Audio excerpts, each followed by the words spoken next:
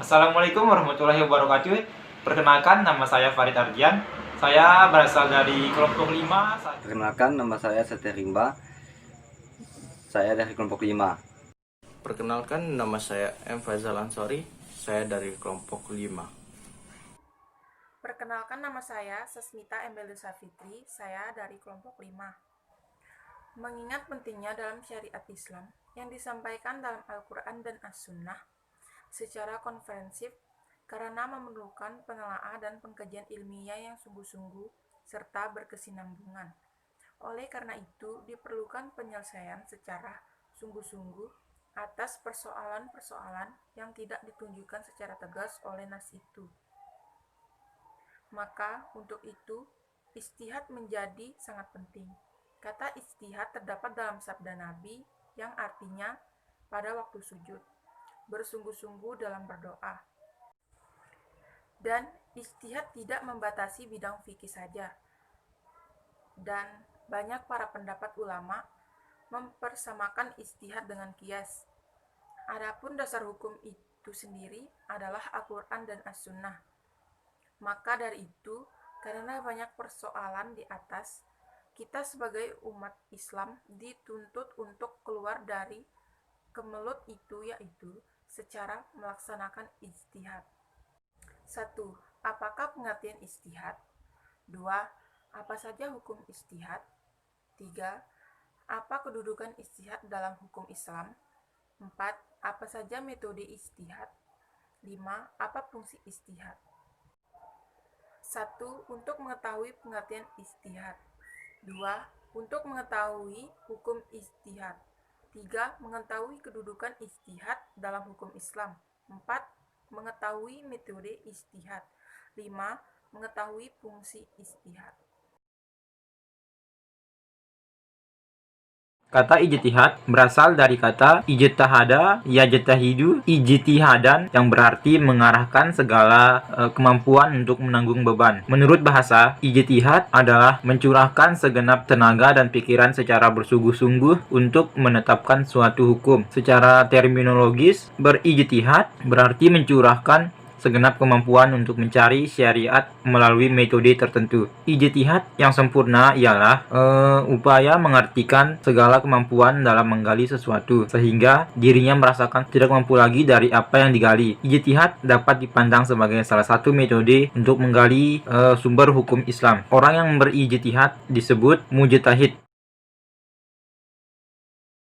Hukum ijtihad. Hukum ijtihad adalah sebagai berikut. 1. Wajib ain, yaitu bagi seseorang yang ditanya tentang sesuatu masalah, sedang masalah tersebut akan hilang sebelum diketahui hukumnya. 2. Wajib kifayah, yaitu bagi seseorang yang ditanya tentang suatu masalah dan tidak dikhawatirkan habisnya atau hilangnya masalah tersebut, sedang selain orang itu masih ada orang lain. 3. Sunnah, yaitu ijtihad terhadap suatu masalah atau peristiwa yang belum terjadi, baik yang dinyatakan maupun tidak.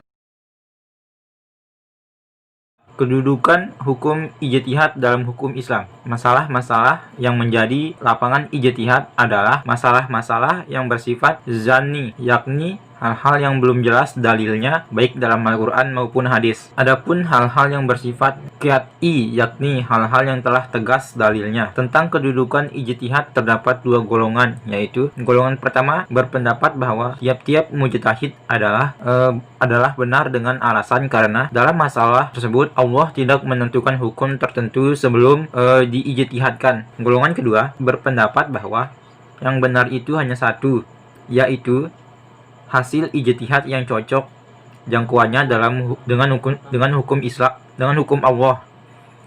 Sedang bagi yang tidak cocok jangkauannya maka dikategorikan salah. Metode ijtihad. 1. Ijma.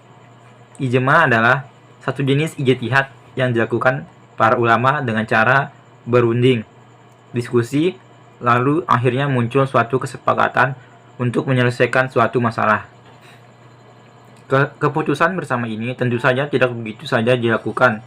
Semua harus bersumber pada Al-Quran dan juga hadis. Hasil dari ijtihad ini sering kita sebut sebagai fatwa. Dan fatwa Inilah yang sebaiknya diikuti oleh umat Islam. Kesepakatan dari para ulama ini tentu saja merupakan hasil akhir dari berbagai diskusi yang telah dilakukan, sehingga semestinya tidak mengandung pertentangan lagi. Contoh ijma dalam kehidupan sehari-hari. Orang yang menjadi imam dalam sholat jenazah.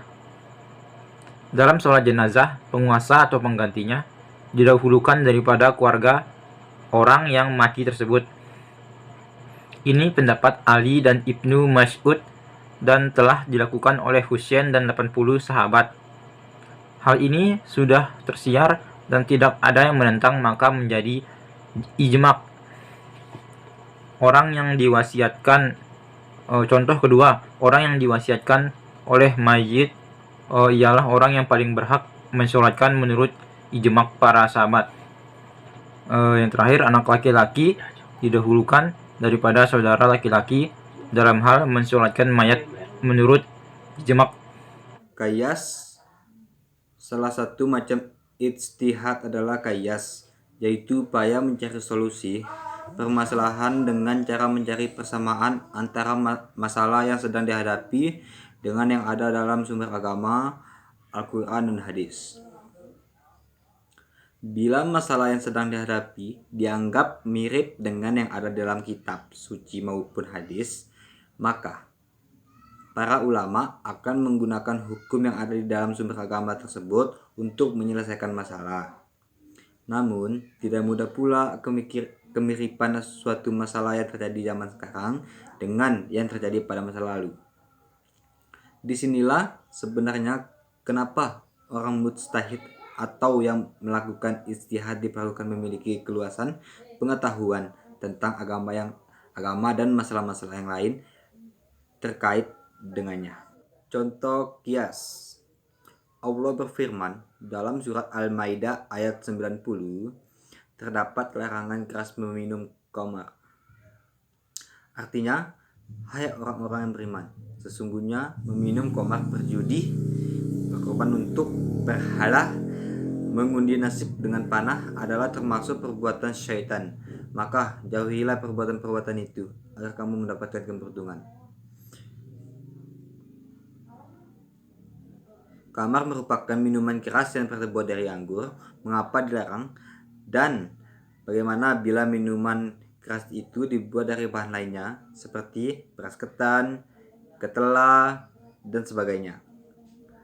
Dalam hal ini, kita perlu meneliti ilat hukumnya, sebab adanya larangan keras minuman-minuman itu ialah karena bias memabukkan dan dapat merusak saraf otak dan akal.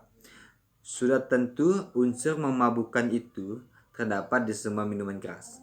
Karena itu, dengan qiyas, semua minuman keras diharamkan. 3. Istihsan. Istihsan adalah salah satu macam ijtihad yang dilakukan oleh pemuka agama untuk mencegah terjadinya kemudaratan. Ijtihad ini dilakukan dengan mengeluarkan suatu argumen beserta fakta yang mengandung tentang suatu permasalahan dan kemudian ia menetapkan hukum ini dari permasalahan tersebut. Dalam penetapan hukum ini bisa jadi pada akhirnya akan memunculkan pertentangan yang tidak sepaham. Contoh istihsan. Misalnya agama Islam melarang jual beli dan membuat akad sesuatu yang belum atau tidak ada pada waktu terjadi transaksi. Namun, agama memberi dispensasi atas dasar istihsan dalam jual beli saham. Barang belum ada pada waktu pembeli membayar harganya. Juga dalam pemburuan, perkebunan, pertanian, dan istisna, barang baru mau dibuat pada waktu akad. Semua akad ini, barang belum ada, tetapi dibolehkan agama atas dasar istihsan karena masyarakat memang membutuhkannya. 4. Istisab. Upaya untuk menyelesaikan suatu masalah yang dilakukan pada pemuka agama dengan cara menetapkan hukum dari masalah tersebut. Namun, bila suatu hari nanti ada alasan yang sangat kuat untuk mengubah ketetapan tersebut, maka Hukum yang semula ditetapkan bisa diganti asalkan semuanya masih dalam koridor agama Islam yang benar. Contoh, istisab. Seperti hak kepemilikan yang sudah tetap dengan adanya akad jual beli sebelumnya, maka hak kepemilikan itu tetap sampai sekarang sampai ada dalil yang menunjukkan adanya perubahan hukum suci yang ada dan ada sebelumnya, maka tetap terjadi hukum hingga sekarang sampai ada dalil yang menunjukkan atas kehilangan hukum suci tersebut, dan seterusnya.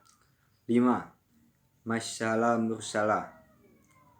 Salah satu dari macam istihad yang juga dilakukan untuk kepentingan umat adalah masalah mursalah.